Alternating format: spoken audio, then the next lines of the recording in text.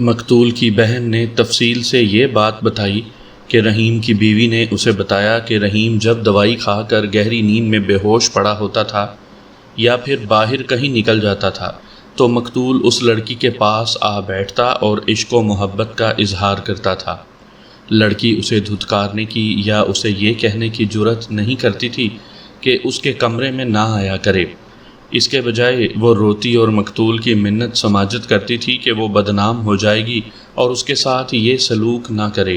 رحیم کی بیوی نے مقتول کی بہن کو روتے ہوئے بتایا کہ مقتول اسے کہتا تھا کہ تم پر بہت ظلم ہوا ہے کہ ایک پاگل اور بیکار آدمی کے ساتھ باندھ دی گئی ہو، اور اپنے جذبات کا خون نہ کرو ورنہ کڑ کڑ کر مر جاؤ گی۔ اس کے بجائے میرے ساتھ دوستی لگا لو اور ہر طرح کی عیش کرو۔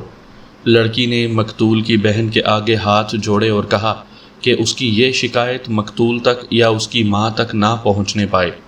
لڑکی کو یہ ڈر تھا کہ اسے گھر سے نکال دیا جائے گا۔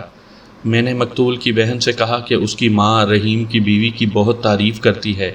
بہن نے ہونٹوں پر طنزیہ مسکراہٹ لا کر کہا کہ میری ماں تو اس کی تعریفیں کرے گی ہی، کیونکہ یہ بیچاری صرف اپنے جھلے خاوند کی ہی خدمت نہیں کرتی بلکہ میری ماں کی مٹھی چاپی اور سارے جسم کی مالش بھی کیا کرتی ہے، اور ماں اشارہ کر دے تو یہ لڑکی کٹ پتلی کی طرح ناچنے لگتی ہے۔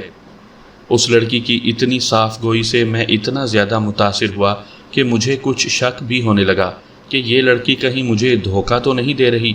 یہ سمجھنے کا تو مجھے تجربہ تھا کہ لڑکی جھوٹ نہیں بول رہی تھی، پھر بھی میں نے ہنستے مسکراتے اس سے پوچھ ہی لیا کہ اس کی اس صاف گوئی کی آخر وجہ کیا ہے۔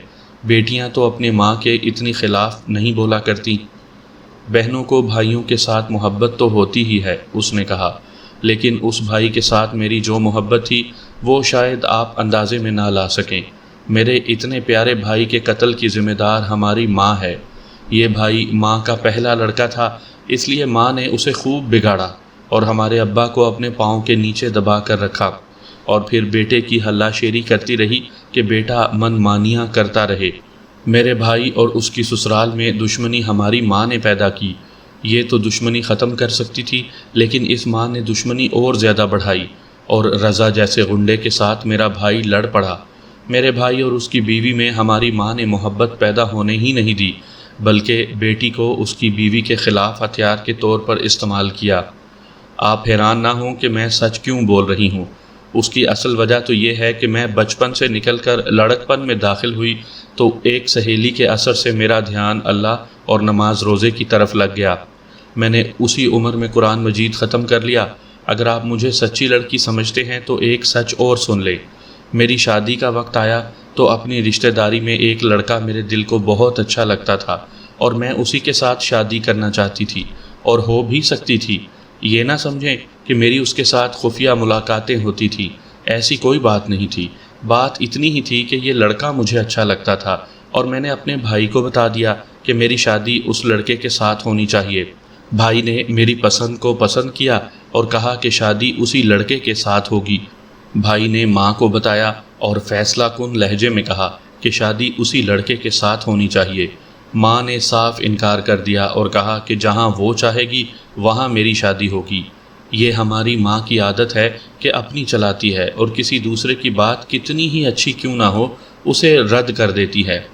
پھر ہوا یہی کہ میری شادی میری پسند کے خلاف کی گئی۔ میں نے اس خاوند کو قبول تو کر لیا، لیکن اس لڑکے کو اب بھی دیکھتی ہوں تو دل میں چبھن سی ضرور ہوتی ہے۔ میں نے دل کو یہ تسلی دے رکھی ہے کہ جو قسمت میں ہوتا ہے وہی ملتا ہے، اور اللہ کا شکر ہے کہ جو ملا وہ ٹھیک ہے۔ یہ لڑکی کوئی پڑھی لکھی نہیں تھی، ورنہ یہ دو لفظ ضرور استعمال کرتی، ایک انا پرستی اور دوسرا ڈکٹیٹرشپ۔ میں سمجھ گیا کہ اس کی ماں انا پرست ہے اور اپنے ہی فیصلے ٹھونستی ہے۔ ایسے انسان ڈکٹیٹر ہوا کرتے ہیں۔ بہرحال مجھے اس سوال کا جواب مل گیا کہ لڑکی اپنوں اور اپنی ماں کے خلاف ہی کیوں بول رہی ہے۔ میں نے اس سے رحیم کے متعلق پوچھا۔ اس نے وہی باتیں بتائیں جو میں پہلے دوسروں کی زبانی سنا چکا ہوں۔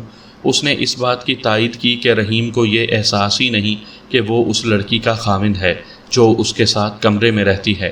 رحیم کی بیوی نے مقتول کی بہن کو یہ بات بتائی تھی، یہ بھی کہ بیوی رحیم کے ساتھ پیار اور محبت کرتی رہتی ہے۔ یہ بھی معلوم ہوا ہے کہ رحیم رات کو دوسرے کمرے میں سویا کرتا تھا اس نے نیند کی گولی کھائی ہوئی ہوتی تھی۔ کبھی کبھی بیوی اسے بہلا پھسلا کر اپنے کمرے میں لے آتی تھی۔ مقتول کی بہن سے نئی بات یہ معلوم ہوئی کہ رحیم چپ چاپ رہتا ہے اور جب چلتا پھرتا ہے تو نارمل لگتا ہے، لیکن چلتے چلتے رک جاتا ہے، پھر اس کے آنسو بہنے لگتے ہیں یا پھر ہنسنے لگتا ہے۔ نئی بات یہ معلوم ہوئی کہ اسے کبھی کبھی غصہ آ جاتا ہے۔ غصے کی حالت میں اس کے سامنے جو چیز بھی آئے وہ توڑ دیتا ہے۔ مقتول کی بہن نے 2 واقعات سنائے جو ایک ہی جیسے ہیں۔ باہر کہیں ایک لڑکے نے اس کا مذاق اڑایا۔ اس نے اس لڑکے کی گردن اپنے دونوں ہاتھوں میں پکڑ لی اور گردن ایسی دبائی کہ لڑکے کی آنکھیں باہر آ گئیں۔ اگر اسے 2-3 بڑے آدمی چھڑوا نہ لیتے تو لڑکا مارا گیا تھا۔ 2-4 مہینوں بعد ایک اور لڑکا اسے چھیڑ بیٹھا تو اس کی بھی گردن رحیم نے اسی طرح دبوچ لی اور دوسروں نے چھڑوا لیا۔ یہ 2 واقعات سن کر یہ شک پیدا ہو گیا کہ مقتول کو اسی نے ہی نہ قتل کر دیا ہو، کیونکہ مقتول کی گردن بھی دونوں ہاتھوں سے دبائی گئی تھی۔ میرے لیے ضروری ہو گیا کہ رحیم کو دیکھ لوں اور اس کے ساتھ کچھ باتیں کروں اور دیکھوں کہ وہ عقل کی کوئی بات کرنے کے قابل ہے یا نہیں۔ مقتول کی بہن نے مجھے اچھی خاصی روشنی دکھا دی تھی۔ رضا پر شک پختہ ہوتا جا رہا تھا۔ کچھ شک اس جرائم پیشہ آدمی پر بھی تھا جس نے ان کی نوکرانی کو داشتہ بنایا ہوا تھا۔ 3-3:30 کا وقت ہو گیا تھا۔ لاش پوسٹ مارٹم کے بعد آنے ہی والی تھی۔ مجھے معلوم تھا کہ لاش آئی تو یہاں کیا کوہرام برپا ہو جائے گا۔ میں اس سے پہلے یہاں سے نکل جانا چاہتا تھا۔ مقتول کے باپ کو بلا کر کہا کہ رحیم کو میرے پاس لے آئے۔ مقتول کی بہن کو میں نے فارغ کر دیا تھا۔ رحیم کے باپ نے کہا کہ وہ تو پگلا لڑکا ہے، اس سے آپ کیا پوچھیں گے، اسے رہنے دیں۔ میں نے اسے کوئی وجہ نہ بتائی، بس اتنا کہا کہ اسے میرے پاس چھوڑ کر باپ باہر چلا جائے۔ باپ گیا اور 5-7 منٹوں بعد رحیم کو ساتھ لے آیا۔ میں نے اٹھ کر رحیم کا استقبال کیا اور ہاتھ اس کی طرف بڑھایا۔ اس نے پہلے کی طرح اب بھی میرے ہاتھ کی طرف دیکھا اور اپنا ہاتھ میری طرف نہ کیا۔ میں نے آگے بڑھ کر بازو اس کی کمر میں ڈال کر اسے اپنے ساتھ لگا لیا اور پیار سے کہا کہ بیٹھ جاؤ۔ وہ کرسی پر بیٹھ گیا اور چہرے پر حیرت کا تاثر لیے میرے منہ کی طرف دیکھتا ہی رہا۔ رحیم بھائی، میں نے کہا، بہت افسوس ہے مجھے کہ تمہارا بھائی مارا گیا۔ بھائی؟ رحیم نے کہا، کون بھائی؟ جھوٹ، نہیں مارا گیا۔ تمہارے کتنے بھائی ہیں رحیم؟ میں نے پوچھا۔ تمہارے کتنے بھائی ہیں؟ رحیم نے بے تاثر سی آواز میں کہا اور پھر ہنسنا شروع کر دیا۔ کیا تمہاری بیوی نے تمہیں کچھ نہیں بتایا؟ میں نے پوچھا۔ بیوی؟ رحیم نے سنجیدگی سے کہا، بتایا؟ کس کو بتایا؟ اور وہ پاگلوں کی طرح ہنسنے لگا۔ میں نے اس کے ساتھ کچھ اور باتیں کی تو اس نے اوٹ پٹانگ بولنا شروع کر دیا۔ میں پوچھتا کچھ تھا اور وہ بتاتا کچھ اور تھا، یا پھر ہنس پڑتا تھا، یا پھر جو منہ میں آتا وہ کہہ دیتا تھا۔ پھر وہ میرے کچھ کہے بغیر ہی پاگلوں کی طرح ہنسنے لگا۔ اس کی ذہنی کیفیت نے میرے شکوک اور شبہات ختم کر دیے۔ اس کے باپ کو بلا کر کہا کہ اسے لے جائے۔ میں تھانے جانے کے لیے اٹھ ہی رہا تھا کہ ہیڈ کانسٹیبل آ گیا۔ پوسٹ مارٹم ہو گیا تھا اور لاش آ رہی تھی۔ پوسٹ مارٹم رپورٹ یہی تھی کہ مقتول کو ہاتھوں سے گلا گھونٹ کر مارا گیا ہے۔ جسم پر ضرب یا زخم کا کوئی اور نشان نہیں تھا۔ موت رات 12 اور 12:30 کے درمیان واقع ہوئی تھی۔ سامعین کرام، آپ سن رہے ہیں انسپکٹر احمد یار خان مرحوم کی تفتیشی داستانوں میں سے ایک اردو داستان، پاگل خانے سے پاکستان تک۔ یہ اس سلسلے کی قسط نمبر 3 ہے۔ مجھے امید ہے آپ کو میری یہ کاوش پسند آئے گی۔ آپ نے اگر ابھی تک میرا چینل کہانی گھر سبسکرائب نہیں کیا تو ابھی میرے چینل کو سبسکرائب کر کے بیل نوٹیفیکیشن آن کر لیجئے تاکہ آنے والی ہر نئی کہانی کی اطلاع بر وقت آپ تک پہنچ سکے۔ تھانے جاتے ہی میں نے مخبروں کو طلب کر لیا۔ مخبروں نے خود ہی آ جانا تھا، لیکن میں اپنی عادت کے مطابق چاہتا تھا کہ وہ جلد آ جائیں۔ معزز قسم کے مخبروں کو بلوانے کی ضرورت نہیں تھی، وہ تو تھانے دار کی خوشنودی کی خاطر خود ہی آ جایا کرتے تھے۔ میں سب سے پہلے مقتول کے گھر کے حالات وغیرہ معلوم کرنا چاہتا تھا۔ سب سے پہلے مقتول کے محلے کا ایک ایسا صاحب حیثیت شخص آیا کہ میں کسی کو بتاتا کہ یہ میرا مخبر ہے تو کوئی بھی تسلیم نہ کرتا۔ تھانے داروں کی تفتیشی کہانیوں سے آپ جان چکے ہوں گے کہ جاسوسی کا سسٹم کس طرح کام کرتا ہے۔ یہاں میں یہ بتانا ضروری نہیں سمجھتا کہ فلاں کس وقت آیا اور اس نے کیا بتایا۔ میں ان سب کی رپورٹوں کا نچوڑ آپ کو سنا دیتا ہوں۔ مجھے اس گھر میں جا کر جو کچھ معلوم ہوا تھا، یہ ساری رپورٹیں اس کی تائید کرتی تھیں۔ مقتول کوئی ایسا شریف آدمی نہیں تھا کہ لوگ اس کی شرافت کے چرچے کرتے، اور وہ کوئی ایسا بدماش بھی نہیں تھا کہ لوگ اس کا شمار بدماشوں میں کرتے۔ مقتول کا گھرانہ کوئی نیک نام گھرانہ نہیں تھا۔ مقتول کا باپ بیوی کا مرید تھا اور گھر سے باہر بڑا چودھری بنا پھرتا تھا۔ چودھری کی یہ دوسری بیوی یعنی مقتول کی ماں فسادی اور شیطان فطرت عورت تھی۔ مخبروں کی رپورٹوں سے تصدیق ہو گئی کہ یہ عورت مقتول کی بیوی کو بہت تنگ کرتی تھی۔ اس کی تفصیلات میں آپ کو پہلے سنا چکا ہوں۔ یہ بھی ثابت ہو گیا تھا کہ مقتول اور اس کے سالے رضا کی آپس میں دشمنی پیدا ہو چکی تھی۔ ان کی لڑائی بھی ہوئی تھی اور مقتول نے رضا کو چاقو مارا تھا۔ یہ بھی پتہ چلا کہ رضا نے 2-3 بار کہا تھا کہ وہ مقتول کو زندہ نہیں چھوڑے گا۔ ایک معزز مخبر نے کہا کہ اس خاندان پر اللہ کی لعنت ایک نہ ایک دن پڑنی ہی تھی۔ اس چودھری نے ایک غریب باپ کی بیٹی اس کی مجبوری سے فائدہ اٹھا کر خریدی اور اپنے پاگل بیٹے کے ساتھ بیاہ دی۔ یہ تو زیادہ تر مخبروں نے بتایا تھا، لیکن اس معزز آدمی نے خاص طور پر کہا کہ یہ لڑکی اپنی اور اپنے خاندان کی شرافت میں شہرت رکھتی ہے۔ میں رات بہت دیر تک رپورٹیں سنتا رہا اور اپنا ذہن بناتا رہا۔ اگلے روز علل صبح پھر 1-2 رپورٹیں آئیں۔ مختصر بات یہ ہے کہ مجھے کوئی نئی بات معلوم نہ ہوئی جس سے میں کسی سراغ تک پہنچ سکتا۔ اس کے بعد میں نے مقتول کی بیوی اور رضا کو نوکرانی اور اس بدماش کو تھانے بلوایا جس کی وہ داشتہ تھی۔ میں نے پہلے نہیں بتایا کہ یہ جرائم پیشہ بدماش تھانے کا رجسٹرڈ غنڈہ تھا۔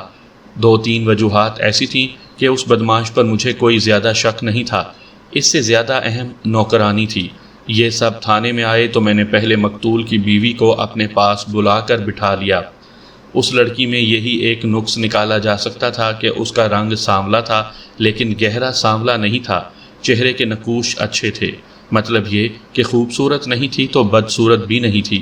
میں نے اس سے پہلی بات یہ پوچھی کہ اس کے والدین اس کے خاوند کی موت کی اطلاع پر وہاں گئے تھے۔ بیوی نے بتایا کہ کوئی بھی نہیں گیا اور نہ ہی کوئی جائے گا۔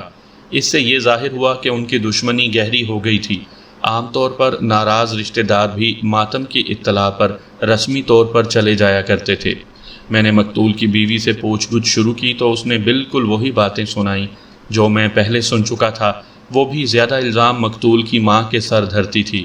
کہتی تھی کہ ماں اس کے اور اپنے بیٹے کے درمیان حائل رہتی تھی، برداشت ہی نہیں کرتی تھی کہ اس کا بیٹا بیوی کے ساتھ اچھا اور پیار محبت والا تعلق رکھے۔ بیوی نے ایک بات بالکل ہی نئی بتائی، وہ یہ کہ مقتول نے اسے طلاق لکھ کر دے دی تھی، پھر اسے جانے دیا تھا، لیکن بیوی نے یہ طلاق نامہ صرف اپنے بھائی رضا کو دکھایا تھا اور بھائی نے یہ تحریر اپنے پاس رکھ لی تھی۔ بیوی کے بیان کے مطابق رضا نے کئی بار اپنے ماں باپ سے کہا تھا کہ طلاق لے لو اور اپنی لڑکی کو اس جہنم سے نکالو، لیکن ماں باپ نہیں مانتے تھے۔ اب طلاق نامہ لے کر رضا نے بہن سے کہا کہ 1-2 دنوں بعد ماں باپ کو دکھائے گا اور پھر عدالت میں خرچے کا دعویٰ کریں گے۔ بیوی نے یہ بھی کہا کہ انہیں جب پتہ چلا کہ اس کا خاوند قتل ہو گیا ہے تو بیوی نے اور رضا نے بھی کہا کہ قتل اس کی ماں کو ہونا چاہیے تھا۔ تم لوگوں نے گھر میں یہ تو سوچا اور آپس میں باتیں کی ہوں گی کہ تمہارے خاوند کو کون قتل کر گیا ہے؟ میں نے پوچھا۔ یہ تو قدرتی بات ہے، بیوی نے جواب دیا۔ ہم سب خیالوں کے گھوڑے دوڑاتے رہے لیکن کسی نتیجے پر نہ پہنچ سکے۔ بھائی رضا نے کہا کہ یہ شخص اپنے آپ کو بدماش سمجھنے لگا تھا اور اسی چکر میں کسی کے ہاتھوں پار ہو گیا۔ میں نے رحیم کی بیوی اور نوکرانی کی بات چھیڑ دی تو مقتول کی بیوی نے مقتول کی بہن کی سنائی ہوئی باتوں کی تصدیق کر دی، لیکن اس نے اس واقعے کا ذکر نہ کیا جس میں مقتول کی بہن نے مقتول کو نوکرانی پر دست درازی کرتے دیکھا تھا۔ اس نے یہی بتایا کہ مقتول نوکرانی کو دیکھ کر بہت خوش ہوتا اور اس کے ساتھ اس طرح بولتا چالتا اور حرکتیں کرتا جیسے وہ نوکرانی نہ ہو بلکہ اس کی دوست ہو اور اسی کی سطح کی عورت ہو۔ رحیم کی بیوی کے متعلق اس نے کہا کہ جب بھی رحیم باہر نکل جاتا تھا تو مقتول اوپر اس کی بیوی کے پاس جا پہنچتا تھا۔ اس نے بھی رحیم کی بیوی کی شرافت کی بہت تعریف کی اور کہا کہ ساس کی خدمت لونڈیوں کی طرح کرتی اور اس کے اشاروں پر ناچتی تھی، اس لیے ساس اس پر بہت خوش رہتی تھی، لیکن اصل میں وہ مقتول کی بیوی میں گھل مل گئی تھی، اس کی سنتی اور اپنے دل کی سنایا کرتی تھی۔ اس نے اپنے بیان میں کہا کہ رحیم کی بیوی نے اسے بتایا تھا کہ 2 مرتبہ ایسے ہوا کہ مقتول اوپر رحیم کے کمرے سے نکل رہا تھا یا شاید کمرے میں ہی تھا کہ رحیم آ گیا اور مقتول وہاں سے کھسک آیا۔ اس نے اپنی بیوی سے پوچھا کہ یہ یہاں کیوں آیا تھا؟ رحیم کی بیوی نے بڑی مشکل سے اسے ٹھنڈا کیا۔ رحیم نے یہ الفاظ کہے تھے کہ پھر کبھی اس کمرے میں آیا تو میں اس کا گلا دبا دوں گا۔ گلا دبانے کی بات سے میں چونکا اور مقتول کی بیوی کے ساتھ ایک شک ذہن میں رکھ کر کچھ باتیں کی تو بیوی نے اپنی رائے یہ دی کہ رحیم بالکل بے حس آدمی ہے اور وہ کچھ کہتا ہے تو اسے کچھ پتہ نہیں ہوتا کہ وہ کیا کہہ رہا ہے اور کیوں کہہ رہا ہے۔ مقتول کی بیوی یہ بات یقینی طور پر کہتی تھی کہ رحیم کی اور مقتول کی آپس میں کبھی کوئی بات نہیں ہوئی تھی، جیسے دونوں ایک دوسرے کے لیے اجنبی تھے۔ مقتول کی بیوی کے بعد اس کے بھائی رضا کو بلایا۔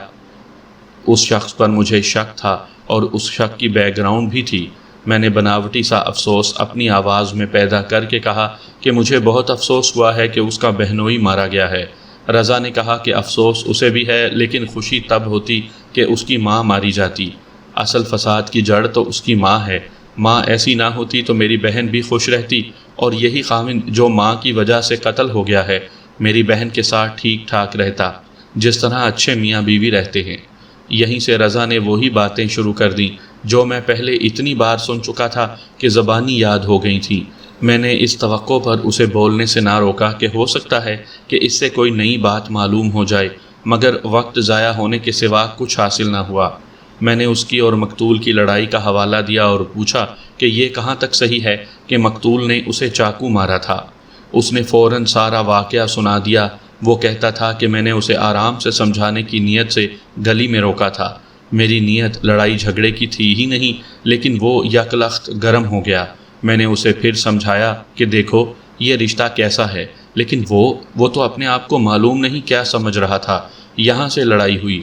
میں حیران ہوں رضا، میں نے کہا، تم جیسا روب والا آدمی چاقو کا زخم کھا کر بھی کس طرح برداشت کر گیا؟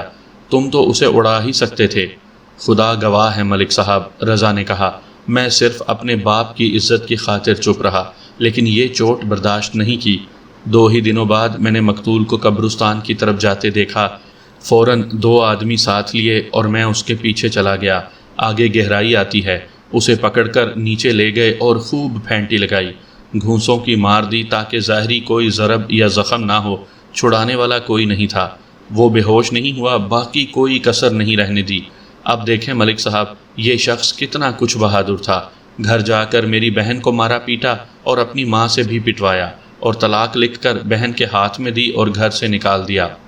میری بات سنو رضا بھائی، میں نے کہا، چھوڑو ان لمبی چوڑی باتوں کو۔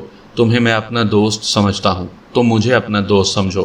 میں کہتا ہوں تم نے اپنی بہن کی پٹائی اور طلاق کا انتقام اس طرح لیا کہ مقتول کو قتل کر دیا۔ تم ہاں کہو اور میں پردہ ڈالوں گا۔ اس کے چہرے پر کوئی تبدیلی نہ آئی، وہ ذرا سا بھی نہ چونکا۔ صرف یہ تبدیلی آئی کہ اس کے ہونٹوں پر ہلکی سی مسکراہٹ آ گئی جو شاید طنزیہ تھی۔ جناب ملک صاحب، اس نے کہا، یہ آپ کا حق بھی ہے اور آپ کو اختیار بھی حاصل ہے کہ جس پر چاہیں اس پر قتل کا یا کسی بھی جرم کا الزام عائد کر دیں۔